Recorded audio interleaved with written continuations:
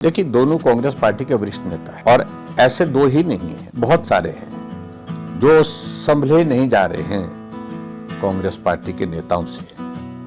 सरकार बनाने में उनका योगदान रहा है। बच्चा बच्चा कह रहा है कि आज अगर चुनाव होगा तो भाजपा 60 पर पहुंचेगी, कांग्रेस 8 पर जाएगी। ये स्थिति आज की है।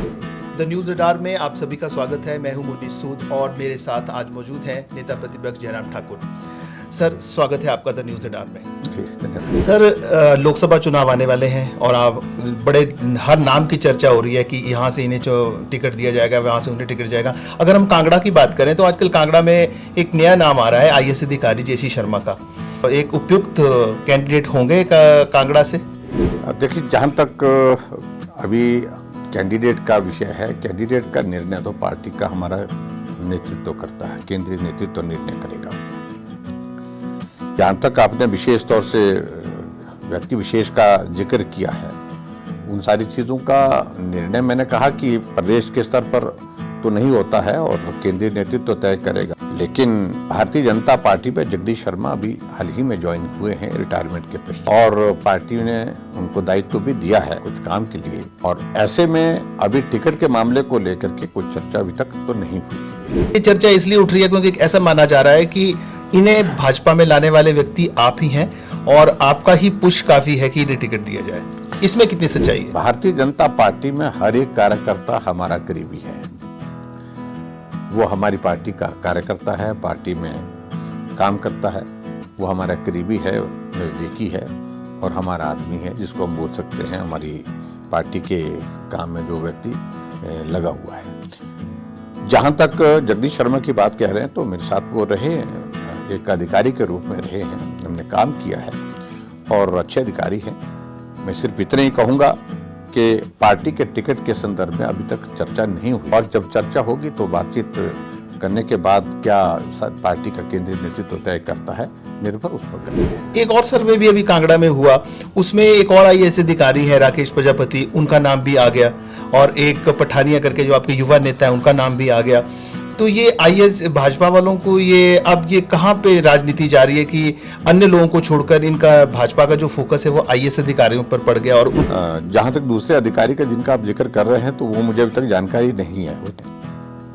अभी मुझे मालूम नहीं कि ये सर्वे की बातें कहाँ से आई हैं, कैसे आई हैं, और लेकिन एज अधिकारी, एज ऑफिसर जो है वो राकेश प्रजापति वहाँ पर जब डिप्टी कमिश्नर पोस्टेड थे, अच्छा काम किया है। अब सर, अब हाल ही के दिनों में एक बार फिर से आपके नाम की चर्चा जो है वो हो रही है कि आप मंडी से चुनाव, भाजपा का जो टिकट है जिसके लिए काफ़ी मुझे पता है काफ़ी आवेदन भी आ चुके हैं, काफ़ी लोग इस पे टिकट की मांग कर रहे हैं, लेकिन सबसे जो प्रबल दावेदार हैं, सबसे आगे जो है फ्रंट रनर में आपका नाम दोबारा आ रहा है। सोशल मीडिया पे, अखबारों पे, चैनल्स पे, जहाँ पे भी बात हो रही है, you are the front runner. हालांकि ऐसा भी माना जा रहा है कि आप चुनाव नहीं लड़ना चाहते, आप हिमाचल छोड़ना नहीं चाहते, लेकिन मोदी जी कह रहे हैं कि मुझे तो जयराम को ही टिकट देना है। कितनी सच्चाई है इस बात में? देखिए, इस बात को लेकर के मैं यही कहूँगा कि अभी तक इस तरह की परिस्थिति नहीं है। मुझे मालूम नहीं मेरा नाम चल रहा है, मेरा नाम क्योंकि कुछ लोग चलाते भी होंगे, लेकिन मेरे बारे में आज तक जो भी निर्णय किया है वो पार्टी के केंद्रीय नेतृत्व ने किया है, पार्टी के नेतृत्व ने किया है। अभी जो निर्णय होगा जो वो चर्चाओं के आधार पर नहीं होगा और किसी और वजह के कारण नहीं होगा, वो सिर्फ केंद्रीय नेतृत्व तय करेगा। तो जो निर्णय होगा होगा। मैं एक लाइन में बात कर रहा हूं कि मेरा निर्णय आज तक पार्टी के नेतृत्व ने किया है। मुझे क्या जिम्मे करना है, मुझे क्या काम करना है, और आगे भी पार्टी का नेतृत्व तय करेगा, इतना ही कहना। आज बच्चा बच्चा कह रहा है कि आज अगर चुनाव होगा तो भाजपा 60 पर पहुंचेगी, कांग्रेस 8 पर जाएगी। ये स्थिति आज की है। कांग्रेस के विधायकों की बात करते हैं। कांग्रेस के 2 विधायक आजकल अपनी ही पार्टी के खिलाफ काफी बयानबाजी कर रहे हैं, चाहे राजेंद्र राणा हो, चाहे सुधीर शर्मा हो। तो ऐसे में उनका जो भाजपा प्रेम है क्या रंग लाएगा आगे? देखिए, दोनों कांग्रेस पार्टी के वरिष्ठ नेता है और ऐसे दो ही नहीं है, बहुत सारे हैं जो संभले नहीं जा रहे हैं कांग्रेस पार्टी के नेताओं से। सरकार बनाने में उनका योगदान रहा है। मैं देख रहा हूं कि पिछले काफ़ी अरसे से जो सोशल मीडिया, अखबारों में कुछ बातें ऐसी आ रही हैं जिसमें उनने अपने आप को सरकार के सारे इससे जो है आपको अपने आप को अलग किया है, और एक बार नहीं अनेक बार उन्होंने अपनी बात कह भी दी है। लेकिन इसका अभिप्राय ये भी नहीं है कि वो हम मान करके चलें कि वो भारतीय जनता पार्टी में आ रहे हैं, उनकी नाराजगी कांग्रेस से, पहली नाराजगी कांग्रेस से। आगे क्या अख्तियार करना है, भारतीय जनता पार्टी एक देश की नहीं दुनिया की सबसे बड़ी पार्टी है। इस पार्टी में कोई भी आदमी आता है उनका अभिनंदन है, स्वागत है। मैं तो ये कहूंगा कांग्रेस पार्टी की ओर से अपने ही लोग नहीं संभाले जा पा रहे हैं, ये हकीकत है, ये सच्चाई है। ऐसे एक नहीं अनेकों हैं। सर, बजट सत्र की बात कर लेते हैं। उससे पहले हम देख रहे हैं कि JOIT के जो छात्र हैं वो धरना प्रदर्शन कर रहे हैं और अब तो वो चौड़ा मैदान में उन्हें शिफ्ट कर दिया, वहां पे वो अनिश्चितकाल हड़ताल पे बैठ गए हैं।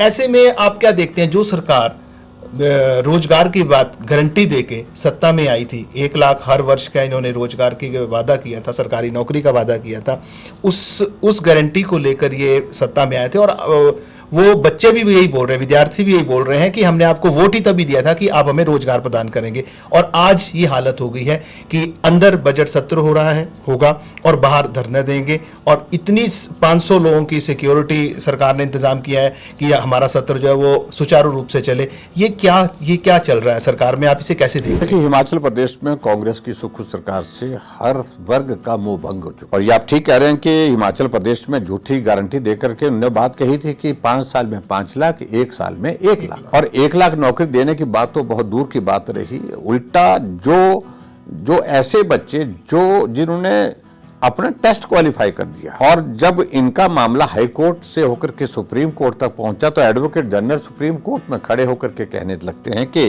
कांग्रेस पार्टी के जो वर्तमान के जो एडवोकेट जनरल है, कहते हैं कि इस परीक्षा का परिणाम निकालने से पहले इसको रद्द करना चाहिए। जब उनने फैक्ट्स मांगे तो फैक्ट्स वो प्रूव नहीं कर पाए। उन्होंने कहा कि इसमें गलत हुआ है, इसमें धांधली हुई है, तो प्रूव करनी, कहने से तो होती नहीं है। हर बात पे कांग्रेस पार्टी यही कहते हैं कि ये गलत हुआ है, लेकिन गलत कहाँ हुआ है, क्या हुआ है, कब हुआ है, इस सारी चीज को साबित करना पड़ेगा। उन्होंने कहा कि बताइए कहाँ गलत हुआ, क्या गलत हुआ है, नहीं कर पाए। इसलिए सुप्रीम कोर्ट ने कहा JOIT का इसका जो है परिणाम निकाले। उन्होंने दोनों को क्लब करके जो है वो ये कहा कि 1700 कुछ पोस्टें हैं वो, और उनका रिजल्ट निकालने के लिए कहा। और फिर फर्दर हाई कोर्ट ने कहा कि विद इन 3 मंथ्स, 3 महीने के अंदर निकालिए। हमें जो कहा जा रहा था कि ये नहीं कर रहे हैं, वो नहीं कर रहे हैं, तो अरे आप क्या कर रहे हैं, 14 महीने आपको सरकार में हो गए, और 14 महीने की सरकार होने के बावजूद भी आप बच्चों का, जिन्होंने टेस्ट का सारी प्रक्रिया पूरी कर ली, यहाँ तक के जो टाइपिंग टेस्ट भी उनका कर दिया गया है, उसके बावजूद भी रिजल्ट नहीं निकाल, और वो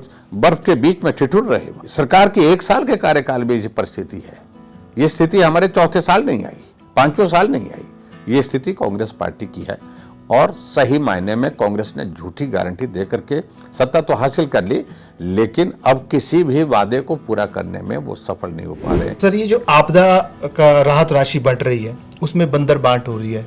आज भी आपने देखा, आपसे भी लोग मिल रहे थे, और एक पत्रकारों के से भी वो लोग मिले हैं। हमने आज देखा है कि किस तरह से कांग्रेस के जो लोग हैं उन्हें पूरा अमाउंट दिया जा रहा है, जिनका कुछ नुकसान नहीं हुआ है उनको भी पूरे पैसे दे दिए गए हैं, लेकिन जो असली जिनका नुकसान हुआ है उन्हें कुछ नहीं दिया जा रहा है, और उन्हें इससे महरूम रखा गया है।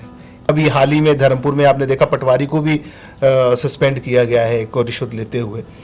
पटवारी तो पकड़े ही गए, और पटवारी कोई ऐसे नहीं कर रहे हैं, वो भी किसी की जब शय है सरकार में, जिस तरह से उनकी नजदीकी कुछ लोगों के साथ है, उन लोगों के प्रभाव में आकर के इस तरह की भाषा का इस्तेमाल कर रहे हैं कि जितना बनाना है वो हमारे हाथ में बोलते हैं। अभी आज ही आपके सामने एक डेलीगेशन आया है जो RTI की इंफॉर्मेशन लेकर के आए हैं। मेरे क्षेत्र के मकान पूरा डैमेज हुआ है, 80% से ज्यादा डैमेज हुआ है, और ये कहता है कि 80% से, यानी कि पूरा फुल डैमेज के लिए हम 7 लाख, और उसमें पैसा जो है वो एक जगह हम देख रहे थे, तो जिसमें लगभग 47,000 रुपए दिया हो कुल। 80% से ज्यादा डैमेज, 80% का मतलब है कि वो टोटल डैमेज है। अब आज ये लोग डिप्टी कमिश्नर से मिलकर के आए हैं, और उन्होंने कहा कि भाई आप गारंटी दो हमको कि जो मकान जो है, जिस मकान में आप रहने के लिए बोल रहे हैं, जो पूरी तरह से मतलब असुरक्षित है, तो हमारी जान माल की गारंटी आप देंगे। मैंने कहा कि एक ही बात चल रही है कि कांग्रेस का पक्का आदमी, ये हमारा पुराना आदमी, उनके केस बनाए जा रहे हैं, और ऐसे में मैं कहना चाह रहा हूं